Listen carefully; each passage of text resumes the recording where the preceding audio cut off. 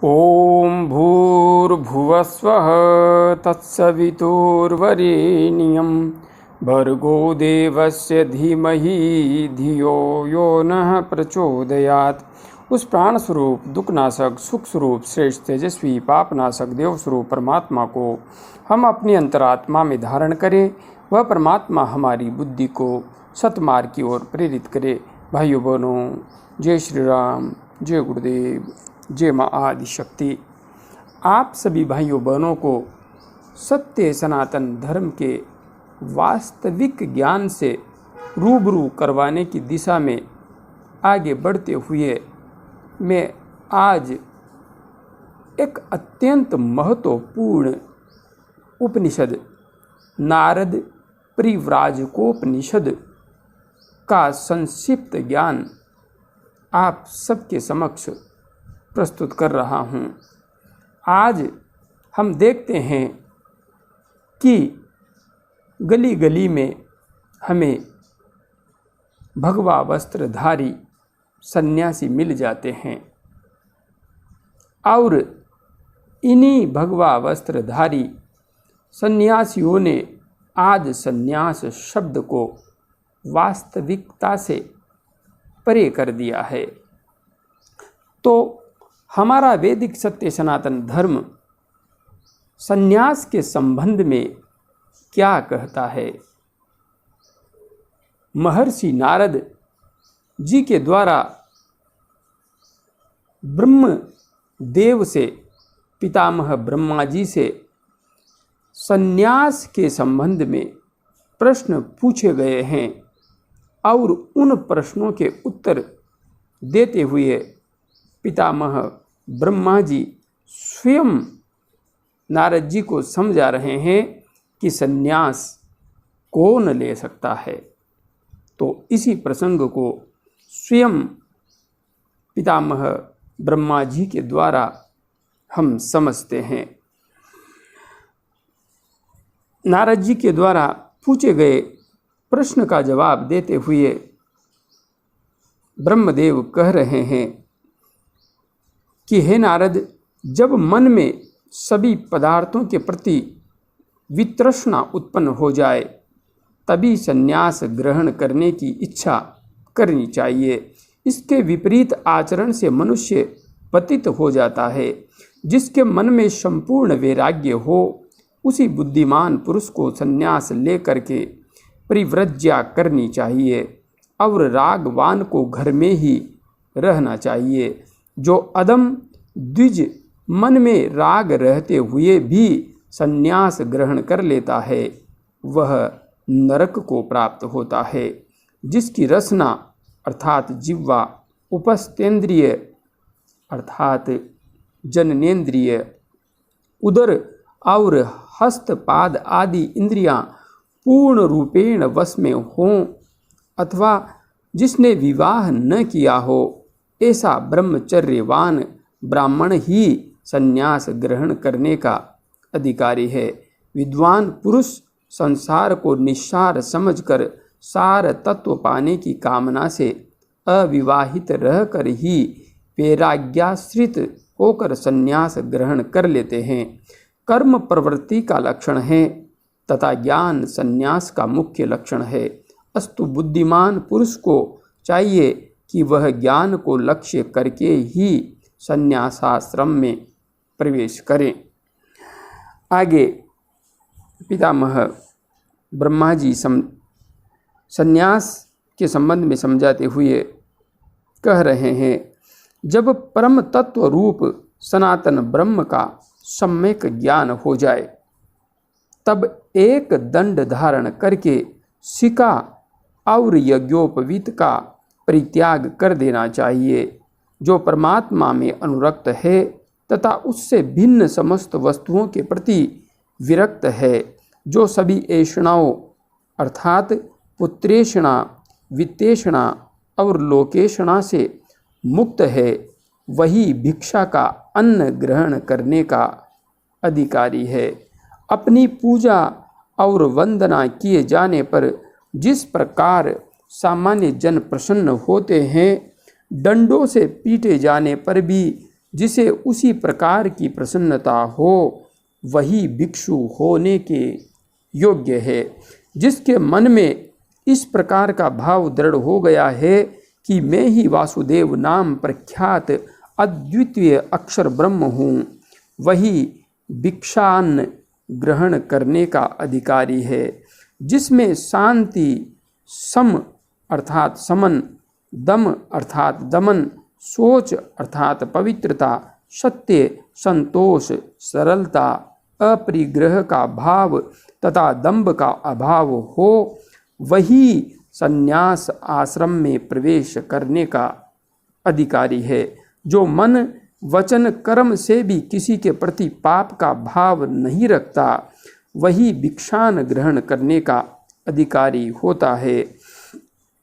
अमुक धर्म के 10 लक्षणों को जीवन में एकाग्रता पूर्वक उतार कर जो सविधि वेदांत श्रवण, स्वाध्याय तथा ब्रह्मचर्य पालन करते हुए तीनों ऋणों अर्थात ऋषि ऋण, देव ऋण और पितृ ऋण से मुक्त हो, ब्रह्मचर्य तथा स्वाध्याय द्वारा ऋषि ऋण से, यज्ञानुष्ठान द्वारा ऋषि ऋण से तथा पुत्रोत्पत्ति द्वारा पितृ ऋण से मुक्ति का विधान बताया जाता है।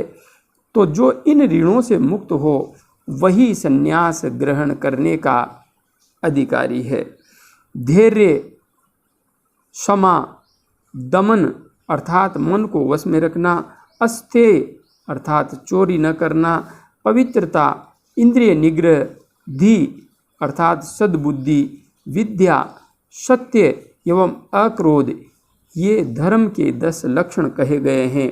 जो पुरुष अतीत के भोगों का चिंतन नहीं करता, वर्तमान में प्राप्त भोगों का अभिनंदन अर्थात स्वागत नहीं करता तथा भविष्य में प्राप्त होने वाले भोगों की कामना नहीं करता, वही वास्तविक रूप में संन्यासाश्रम में प्रवेश करने का अधिकार रखता है। जो पुरुष अंतःकरण में विराजमान इंद्रियों तथा बाह्य आभ्यंतर के विषयों को मन में स्थान न दे, वही कैवल्याश्रम अर्थात संन्यास आश्रम में प्रवेश करने के योग्य है।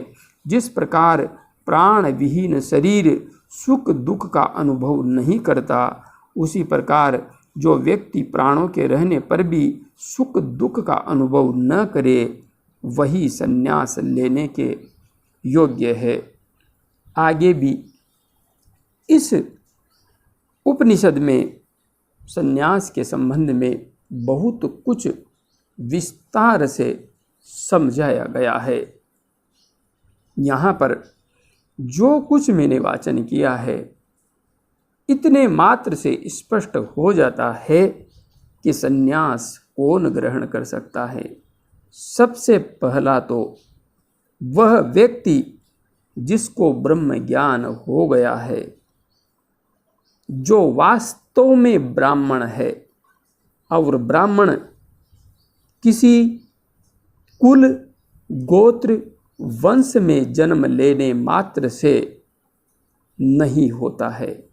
यह वज्र सूचिकोपनिषद में अच्छी तरह से समझा दिया गया है। जन्मना जायते शूद्र संस्कारात् द्विज उच्यते। और जब जन्म से हमारी प्रवृत्तियां शूद्रता की तरफ जाने वाली हैं, किंतु संस्कारों को धारण करके हमारा दूसरा जन्म होता है, और जब जप तप ध्यान वेद उपनिषदों का ज्ञान ग्रहण करते हुए साधक उस सच्चिदानंद ब्रह्म को व्यक्तिगत अनुभव से जान लेता है, अपने अंतस्थ में धारण कर लेता है, उसका ज्ञान उसके अंतस्थ में प्रकट हो जाता है, और वह यह देखता है कि अहम ब्रह्मास्मि, मैं ही ब्रह्म हूँ, मेरे अंदर और बाहर वही एक तत्व विस्तृत है, यहाँ पर मेरे अलावा कोई और नहीं है। जो इस अनुभूति से गुजर जाता है वही वास्तविक रूप में संन्यास ग्रहण करने का अधिकारी है। वही दूसरे के घर से अन्न मांग कर खाने का अधिकारी है। वही भिक्षा ग्रहण करने का अधिकारी है। यदि किसी व्यक्ति को ब्रह्म ज्ञान नहीं हुआ है, कोई ब्राह्मण नहीं है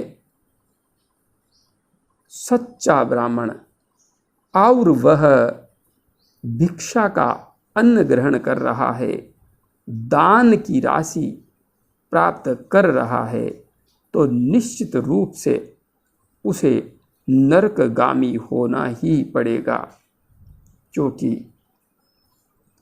पाप का अन्न निश्चित रूप से पाप ही उत्पन्न करता है।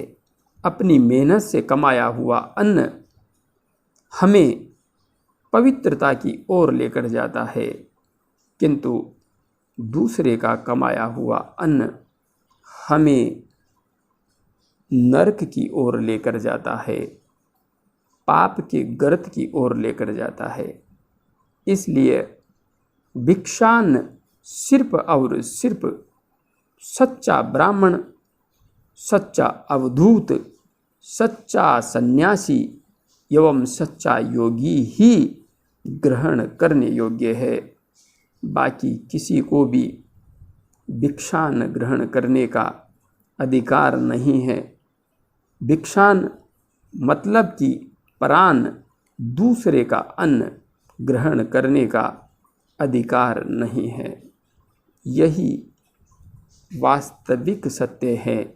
बाकी इस संसार में दूसरों का अन्न खाने का वर्तमान समय में बहुत प्रचलन बढ़ गया है।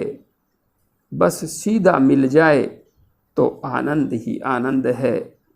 कौन मेहनत करना चाहता है? किंतु वास्तविकता यही है, दंड भोगना पड़ेगा, बच नहीं सकते। बस जो बच सकते हैं वे बचें।